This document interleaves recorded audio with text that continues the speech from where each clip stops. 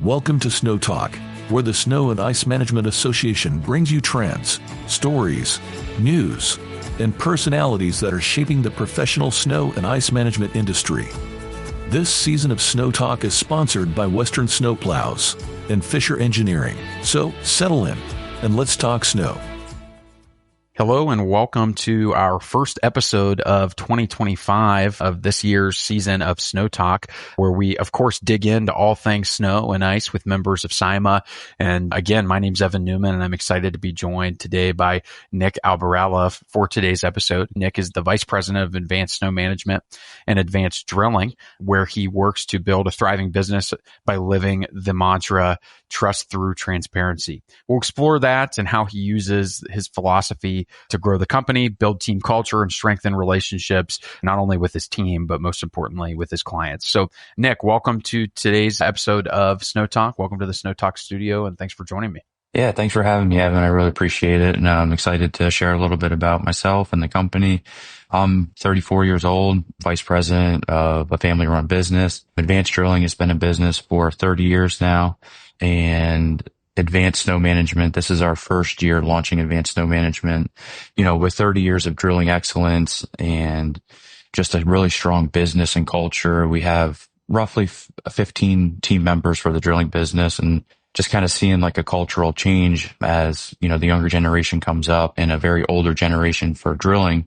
We've seen our winter workload become lighter and lighter. So for our drilling business, we service global clients for the environmental industry. And so serving global clients, you know, budgets are set, and the clients that we work for, they just need to spend the budget within the 12-month calendar year. And so we've really just seen more strategic planning on that end, and how it's really lightened our winters up. And a lot of my guys, they just love snow. They love winter. And so it made sense to really bring it in-house. And so we went full in this year with Advanced Snow Management. We're located in Northwest New Jersey, about 10 miles from Pennsylvania and about 40 miles from New York City. So we're kind of like very centrally located between Philadelphia and New York City. That's awesome. So first year diving completely into snow, but how long have you, I know you've been in the snow and done some snow over the last couple of years, right?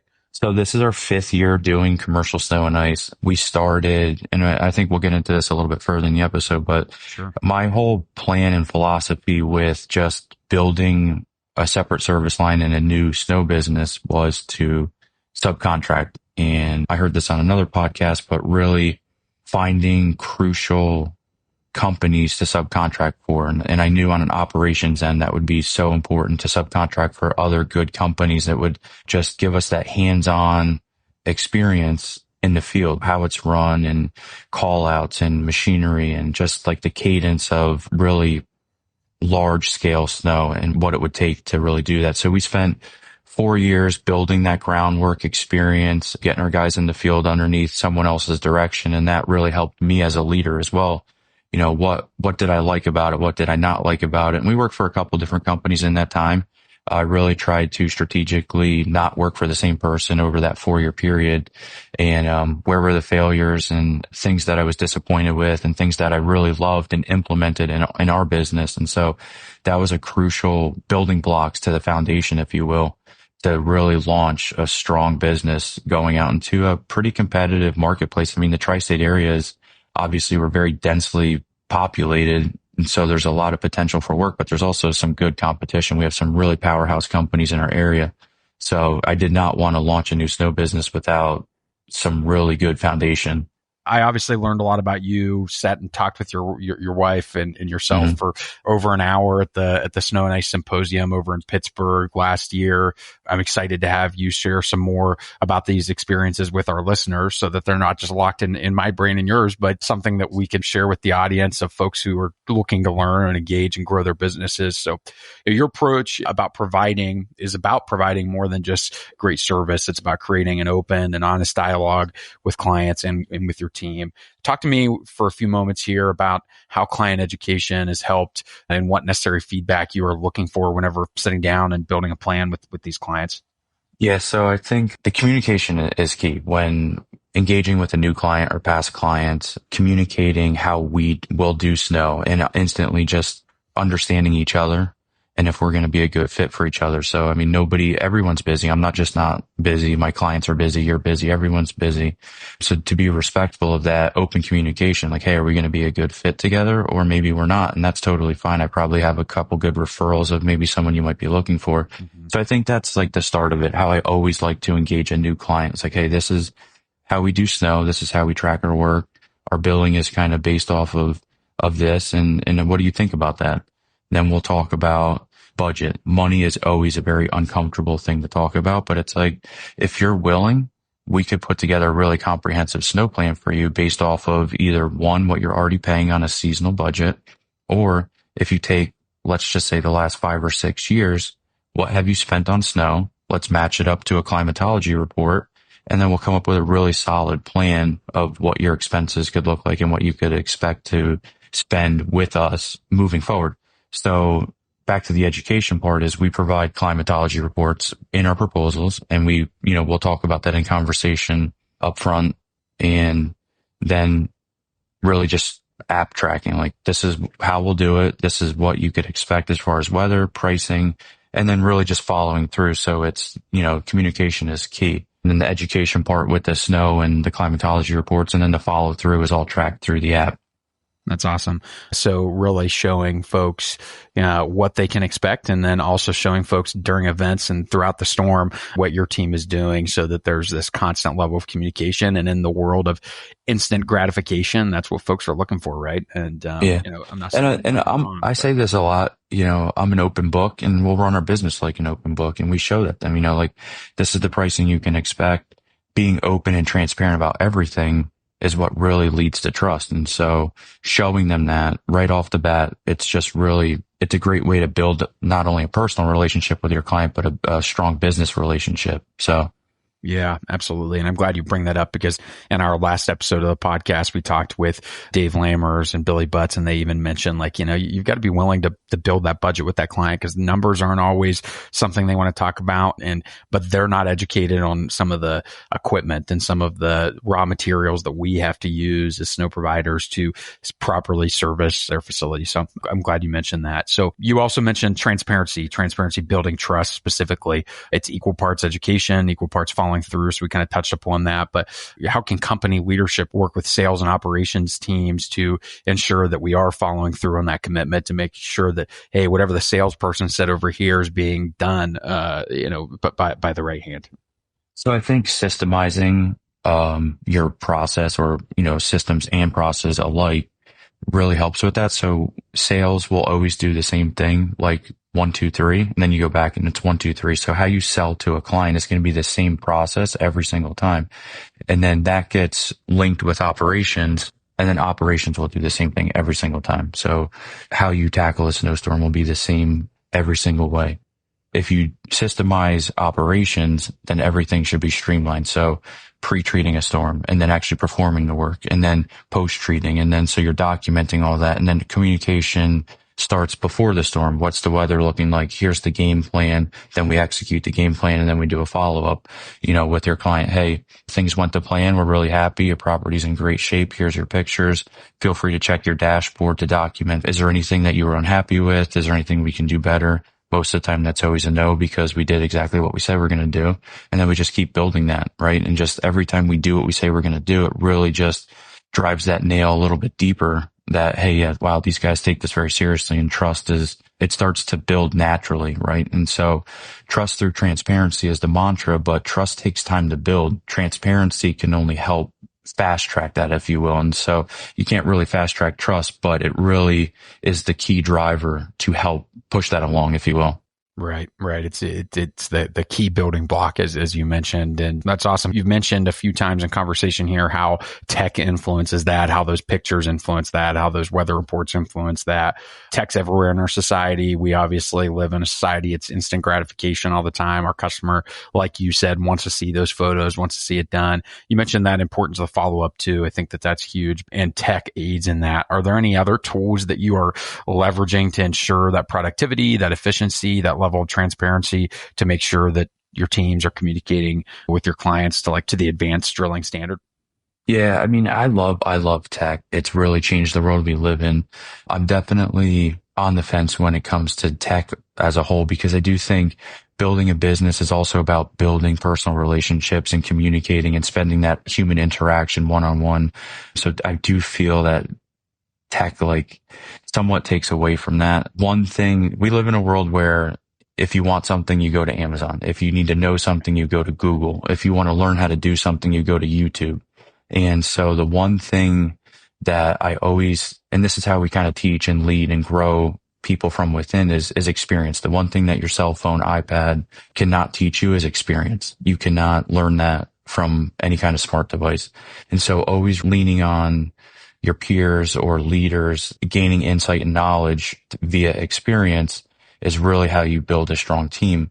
Relying on tech and apps and all that stuff is great. And that does help fast track building a business. And we do use that and implement that.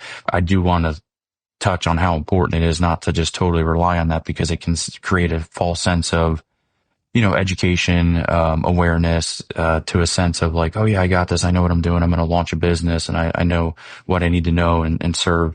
I can do well within this industry or any industry for that matter, business as a whole. Really, I pulled in some really key players, a few SIMA members I brought in and really relied on as mentors. I needed to get my, brain and ears on some firsthand experience, guys that have been in the industry for 40 years, stories that they've really got burned on and things where they've really seen things go sideways, and just kind of like helping build that through experience. That's my one side on tech. The other side of tech is I love it. We use an app called Site Photos. We track everything from time, work, everything gets put through there. And there's a million other apps like that. They're very inexpensive, relatively speaking, to run, but the dividends you have on those when your client sees everything, every photo's time-stamped, weather stamped. Hey, I don't know. It wasn't, my car on my way into work says 34 degrees. Did you really need to put down that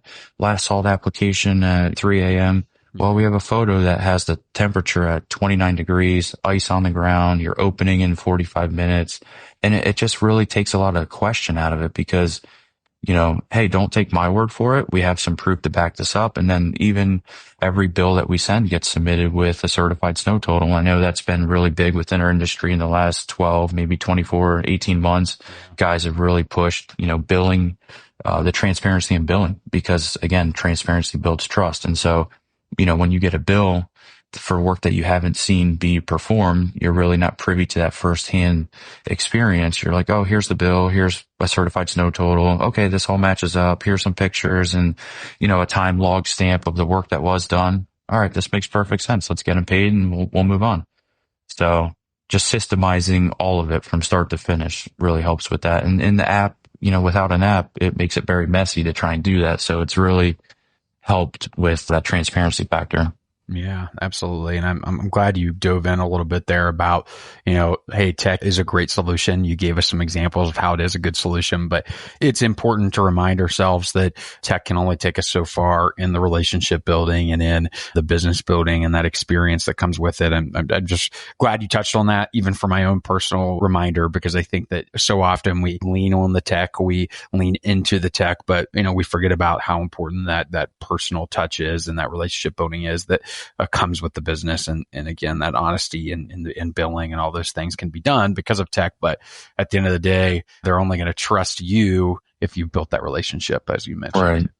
And so experience too, not to cut you off, but experience too, not only, I touched on how diving in and tapping into resources that provided me experience on building a business, that is tenfold on trying to jump into your client's experience. The client, hey, what was your experience with your previous provider? Or what was your experience with just like winter as a whole? Or what was your experience with how your property deals with a winter? And what are the problems that you have? And what experiences do you have that were negatively impacted? And how can we provide a better experience so that this is a long-term relationship? And so, I didn't touch on that previously, but it is, your phone can't tell you any of that. Tech can't tell you any of that. Just really being connected with the experience level and what you're providing. You're not just providing a service to your client, you're providing an experience. And then when you provide an experience, then you will build sustainable, long-lasting relationships. You know, we were just kind of talking about our weekend and Disney and Disney on Ice and our kids, and I love that. But Disney doesn't provide a service to families; they provide an experience. Yeah. And so, when you have that mindset going into business, it will propel you a lot farther. Attention snowplow professionals. Move massive amounts of snow this winter with the all-new Pile Driver Pusher Plow from Western. Engineered with trace edge technology, its independent 2-foot cutting-edge sections trip, oscillate, and raise vertically, allowing you to contour to the plowable surface and avoid obstacles. Take on big jobs and move more snow than you even thought possible with the Pile Driver Pusher Plow from Western. To learn more, contact your Western dealer or visit westernplows.com. So with that being said, speaking of technology and equipment, it's a good time in our podcast to just thank our sponsors over at Western and Fisher for their continued support of the Snow Talk podcast. Honesty being the best policy is an old adage that my mom uses a lot. I know we were talking before we jumped on here how there was that quote that Joshua Brecht had kind of shared with you about honesty and truth and trust building and how quickly that can be taken away. So let's dive into that. It came back to me when planning on this podcast and our pre-call together. Clear communication, clear documentation should ultimately reduce misunderstandings and possibly billing disputes. But have you found this to be true? And how does that kind of play into some of this, this truth telling and trust building? Yeah. So I want to I'll lead off by, you mentioned Joshua Breck, and I want to also, he commented on a LinkedIn post that kind of just was etched into my brain, because a lot of what we do and post about and even it says it on our equipment, trust through transparency. And so he had commented something. I had made a post and his comment was, trust takes years to build, seconds to break, and forever to repair. And so that's crucial. And it was just like etched into my mind and my heart. Trust is something that we do take very seriously, but to really just have that affirmation from another industry giant, that takes that to heart as well. It can make or break things. When people don't trust you, they don't want to do business with you. And that's just plain and simple. So if you start with clear communication and what the expectations are, and then you start following through on the things that you're saying, that's what builds trust. Transparency helps fast track building that trust. I don't want to get hung up on the word fast track, because trust is something that takes a lot of time to build and it is very serious. But when you create that open book feel with your client, hey, like this is, have you ever seen a climatology report before? And they say, what's a climatology report? You say, okay, hey, we have a paid, then that opens the door. Hey, we have a paid weather service. This is who we use. And this is how we track storms. This is what your climatology report looks like. This is how many inches you get on a 30-year average, a 10-year average. Your snowstorms generally look like this breakdown based off of these averages. So you could kind of expect to look at this kind of budget if you don't already have a set budget. Then it goes into, hey, did your previous contractor, did they use any kind of app tracking? Did they provide you of pictures, documentation, stuff like that? Then we can talk about how we document and really that helps build the transparency as well, because not only are you just saying things, you're actually documenting everything you're doing. And then finally, following through. I mean, it's so important to do what you say you're going to do, because if you provide them all these tools and you have this open book with your client, hey, this is what this looks like. Hey, this is what your budget looks like. And you've started these building blocks, but then operations completely falls apart. The whole thing crumbles. I mean, absolutely. Without doing what you say you're going to do, the whole building blocks of your trust and transparency have just completely, you basically lit the bridge on fire and walked away from it. We talked a lot about this mantra, this idea, the kind of this bedrock of what you guys are building here at Advanced Snow Management and Advanced Drilling. Jumping into the conversation that I think is important that you actually brought up during our call together is, a company of our size and our age in the business, we have to kind of be comfortable being uncomfortable. I just want to, get into that part of the conversation with you, because I think regardless of how long you've been in the industry, whether you're a new player or a longtime player, it's important to just have that reminder. Those changes are inevitable. So why is it comfortable? Why is it important to be comfortable being uncomfortable? To me, it promotes growth. That's plain and simple. I mean, when I feel that I'm in a comfortable spot, personally, and so this is just my opinion, and that whether it's right or wrong, but just personally, when I feel that when I'm comfortable, I'm not growing. And I do feel like that's very true. But again, that's my opinion. So that could cross reference in my marriage with my wife. If I'm in a comfortable place, then I'm not growing as a husband or a father. For me, that's how it is. And in business, if I feel comfortable, then things are status quo. We're on repeat. I feel like I get into a rut almost when I'm comfortable. And it's just like, I have a vision of growing a business and scaling a business.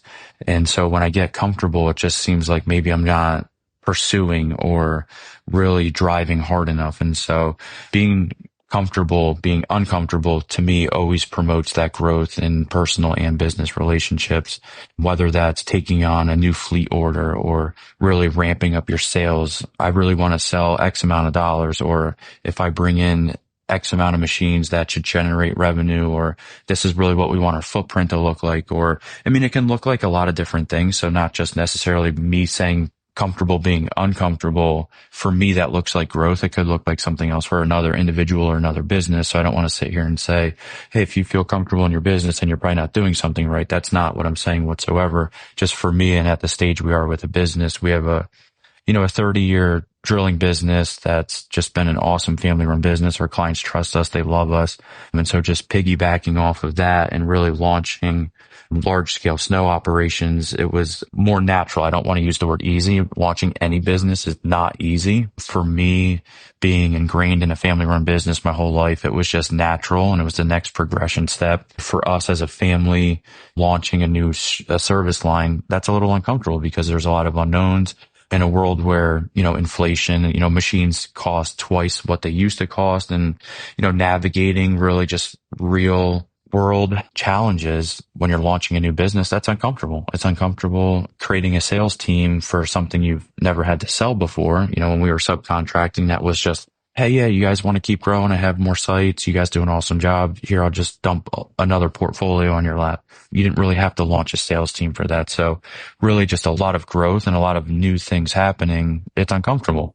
We talked about at the beginning when we were first getting started before we went live with our recording is that, we live in this world where everything's kind of under the microscope. The last 20 months in the industry, we've seen this huge heightened approach to media in the industry and showing off some of our equipment and what our snow teams are doing at night. And that's led to then a higher level of scrutiny. That's led to a higher level of engagement, maybe with our Google reviews and our customer reviews and what that makes us look like in the World Wide Web. So what does that do for, how can we protect our reputation in that world? And what does trust through transparency mean for that?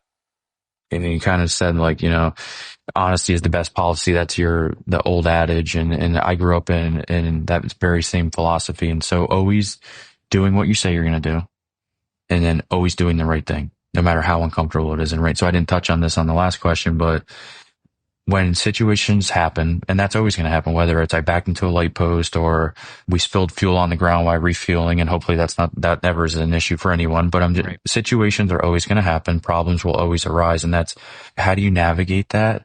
It's going to be uncomfortable, but honesty is always your best policy. And so doing the right thing, being honest. We had a situation, we just had a quick system pass through, Sunday night into Monday. We were tracking everything for billing.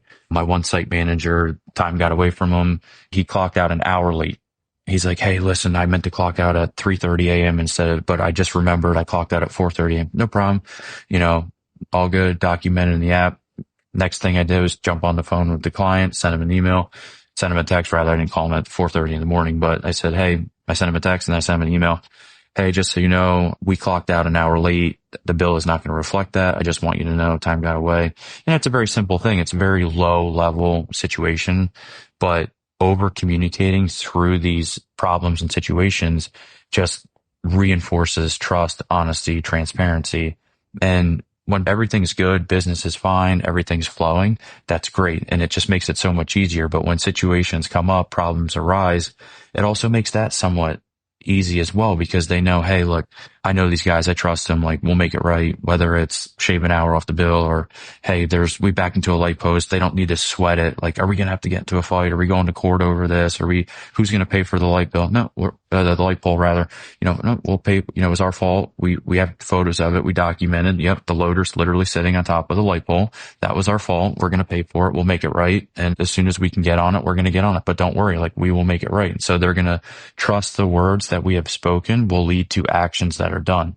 And that all started at the sales meeting. From the very first starting point, talking about climatology reports, talking about numbers and what billing looks like, all the way through the final end of season site inspection where Belgian blocks may be destroyed or there's some scrapes on some new concrete that weren't there.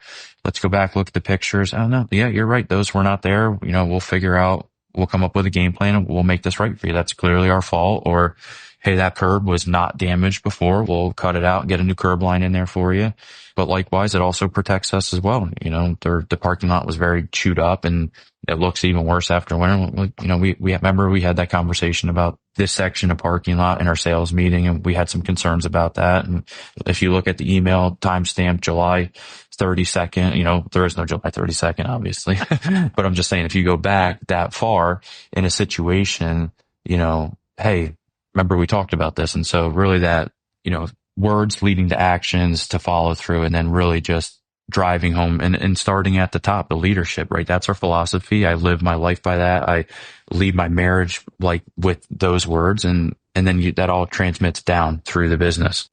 I think the two big things I pull out of there that I hear from snow ops folks all the time, snow operations folks all the time, is ownership of those mistakes, ownership of that piece, and then going back and making it right. You mentioned, and just to add one more thing, when you're building a business, and whether you're out starting a new business or you have a long-term business and you're looking for whatever you're looking for within your business, but my biggest thing when it comes to clients and relationships and why we chose these words to represent our company is sustainability, right? Nobody wants to serve one client for 1 year and have to pull all your machines and all your sites set up.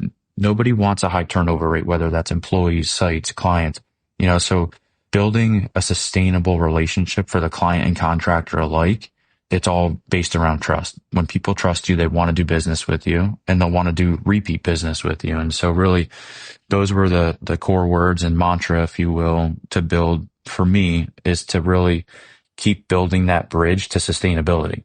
Absolutely. And there's some statistic that I remember reflecting back on whenever I first got into kind of the association sales and association marketing and space that I now navigate as an association professional. And one of the things that I heard was, that it takes a lot more money to get a new client than it does to retain one. And, so retaining and being on it, retention and being honest with folks leads to just a more, again, sustainable business model in the long run, as you mentioned. So I'm glad you mentioned that.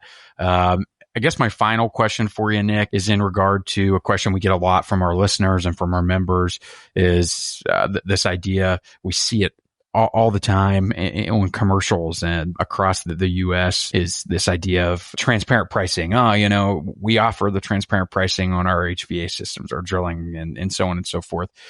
What does that mean? And what does that mean for snow? And I'm not asking you to get into the X's and O's of your pricing, but what does transparent pricing mean? How can we be maybe a little more forthright with our customers and make sure that we're not, I guess the underlying question is this: we're not undercutting the industry. We're keeping fair pricing across the board, because that's a big complaint too we see, is like, oh yeah, these people are undercutting and that's the reason pricing's bad across the board. How do we resolve that issue, if at all? And maybe that's the silver bullet. We'd both be rich if we could answer it, but if you have any insights, it might be helpful. So this is my opinion, and people may have a very different opinion, but we joined SIMA for a very specific reason: the networking, the education, being with like-minded industry peers.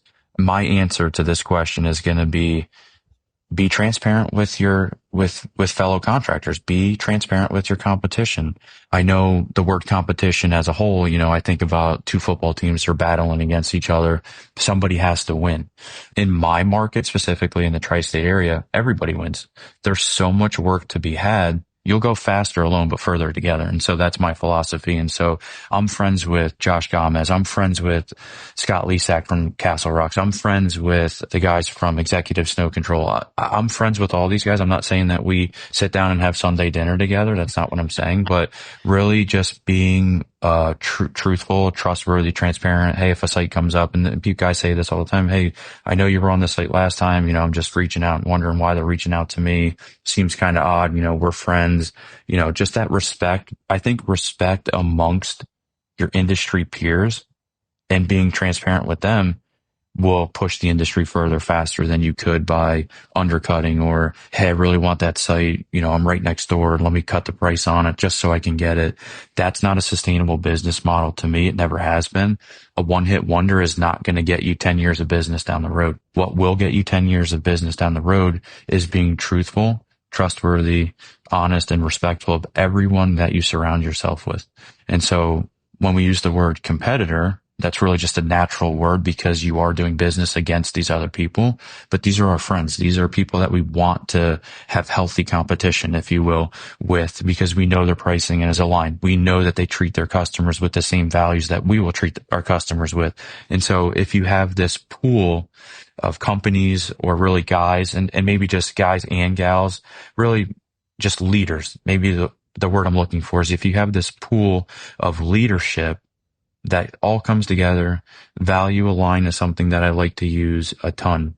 On a personal level, me and my wife will hang out with value aligned other couples that raise their children in certain ways. Same thing with business, right? People that do business with other people are probably value aligned because of very core values, trust, transparency, honesty. And that rolls right into your competition.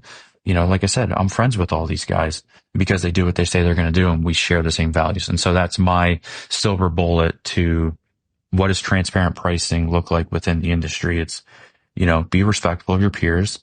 Nobody has to have Sunday dinner with your competition, quote unquote, but we're close. We're close with these guys and it's really created an environment for learning, sustainability, and growth. Really like, hey, if I have a question on this product, right? Hey, I see you guys are running these plows this year. How do you like them? How did it work for you? I see you're running this push spreader or push salter on a sidewalk. How did you like that? Or, it creates an open dialogue where everybody can grow and everyone can learn. So that's really honestly the best answer I can give to that.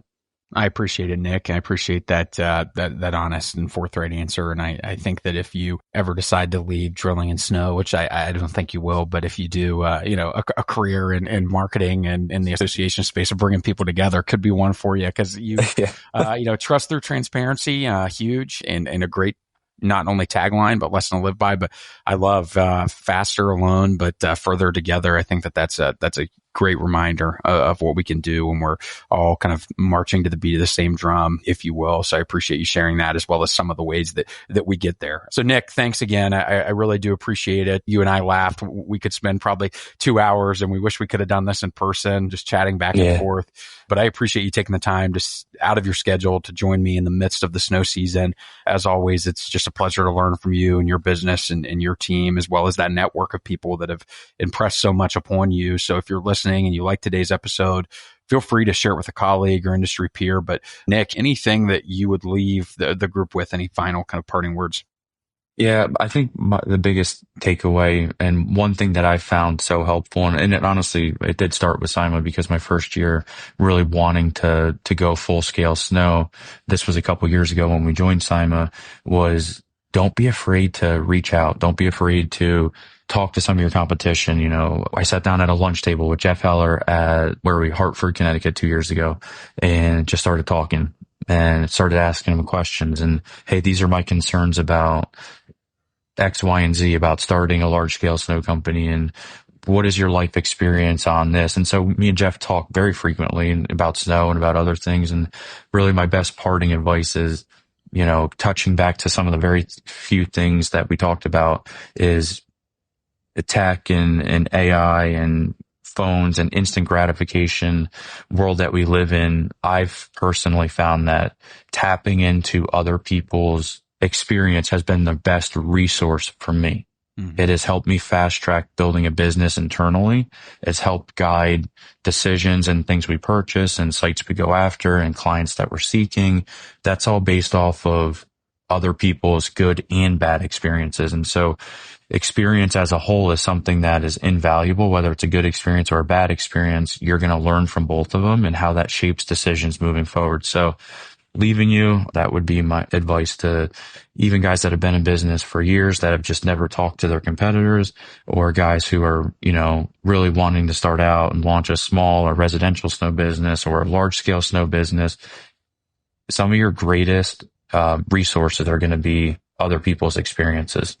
Yeah. And then not only that, but imparting some of that wisdom the way Jeff maybe did for you, or Josh Gomez did for you, or Scott Lesak, imparting some of their experience on you to where now you feel a little bit more, ready to take on the task. And we've got so many folks in this industry that have such great knowledge. And, if you're one that's listening that maybe you're towards the end of your career and you're thinking, man, what's next? Don't be afraid to pick up the phone and impart some of that knowledge on guys like myself or Nick or whoever else is in your circle locally, because that goes a long way to helping build the future generation of snow fighters. I do want to just throw that out there. So again, thanks again, Nick. I really appreciate this and you just joining me and throwing some wisdom at me here during the last hour together. Love it. I appreciate you having me, Evan. Yeah, no problem. Well, thanks everyone for listening. We both, Nick, myself, and SIMA and Advanced Drilling and Snow Management, we wish you the best of luck in 2025 and the pending snow season. And hopefully you guys get a lot of snow and have a number of successes this year. Take care, and thanks for listening. Thanks for listening to Snow Talk, sponsored by Western Snowplows and Fisher Engineering.